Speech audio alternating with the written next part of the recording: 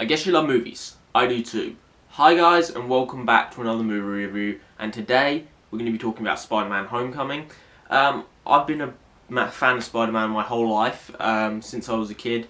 From pretending to climb up walls to buying Spider-Man comics. It's always been one of my favourite superheroes. And one of my favourite movies as a kid were the Tobey Maguire, Sam Raimi Spider-Man movies. The first two specifically. I still believe that the second Spider-Man film is the best Spider-Man film and one of the best superhero films. And going into this new movie, obviously we've had the Andrew Garfield films that were significantly hit and miss. I enjoyed the romantic interest between Andrew Garfield and Emma Stone. I thought that their chemistry was great, and I thought some of the action scenes were really good. But overall, the movies just didn't have... They added a lot of jokes and a lot of quips that we had in the comics, but a lot of the situations that those jokes were added into the film felt forced. It felt like they were just putting them in for the sake of it, simply for fan service reasons. And the villains in those two movies really didn't live up to expectations. So I think Spider-Man: Homecoming, obviously now Marvel Studios own the rights to Spider-Man. Sony is still involved, but don't have complete creative control. So going into this, I was kind of expecting a slightly different type of Spider-Man, but still looking, expecting to enjoy the film. So Spider-Man: Homecoming really is kind of like a high school movie with Spider-Man. And I really enjoyed that overall, and I thought that Tom Holland, who obviously was Spider-Man in Civil War, his introduction as the character of Spider-Man, continues to impress me. He really reminds me of the character in the comics. He's funny. He's a really good kid, and he is a kid. In the end of the day, he is a teenager. The actor Tom Holland playing him is only, I think, 18 or 19. And in reality, he's way more. You can believe that it's Spider-Man, that Spider-Man in the comics, way more than the other two actors, Tobey Maguire and Andrew Garfield, who were in their 30s or nearly in their 30s by the time they played the role. I really enjoyed that a lot. And I enjoyed a lot of the side characters. I enjoyed his friend in the film, who was sort of the comic relief, but I really enjoyed him overall. Sometimes you could say he gets a little bit wearing in some scenes, but overall I thought it really worked, and I thought the humour was interwoven really well into the story.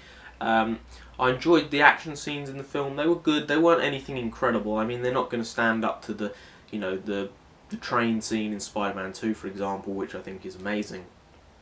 But there's three solid action scenes throughout this film that I really enjoyed. And then obviously you've got Michael Keaton in the film, who plays Vulture. I enjoy the backstory of Vulture somewhat. It's pretty good. I mean, it's not anything amazing, and that's pretty much how I feel about Vulture in this movie. He's good. Michael Keaton is Michael Keaton. He's very charismatic. I enjoy his performance as Vulture. The character's fine. He's good enough, but nothing special. He's not a bad Marvel villain, but he's not the best Marvel villain. That's how I would look at it. So, what didn't I like about Spider-Man: Homecoming? Well, the only real thing I didn't particularly like was the finale. It kind of gets a bit ridiculous to the point where you really don't believe anything that's happening on screen. It's not because it's overly CGI or anything like that. It's just certain situations that happen that you really do not buy, and I do not buy it either. Other than that, really, I thought the film was good. I thought that obviously Robert Downey Jr. is in this movie as Iron Man. He's kind of the mentor for Spider-Man, and it kind of explores the sort of recruiting process of Spider-Man for the Avengers, and how he has to try and show his worth. Obviously, in Civil War, he gives him this incredibly powerful and technical suit.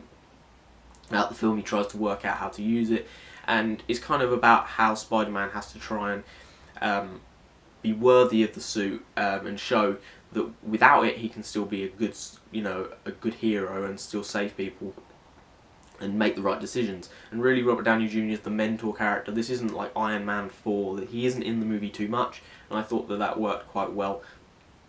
And I think that overall I enjoyed Spider-Man: Homecoming. It was a solid movie, it was entertaining.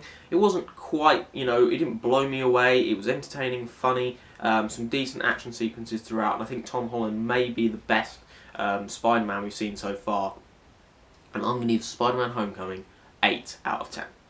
So there you go, that's my review of Spider-Man Homecoming. Hopefully you enjoyed. If you did, like, subscribe, drop your comments down in the section below. What's your favourite Spider-Man movie? As I said, Spider-Man 2 for me is quite easily my favourite, and then Spider-Man, and then probably Spider-Man Homecoming now.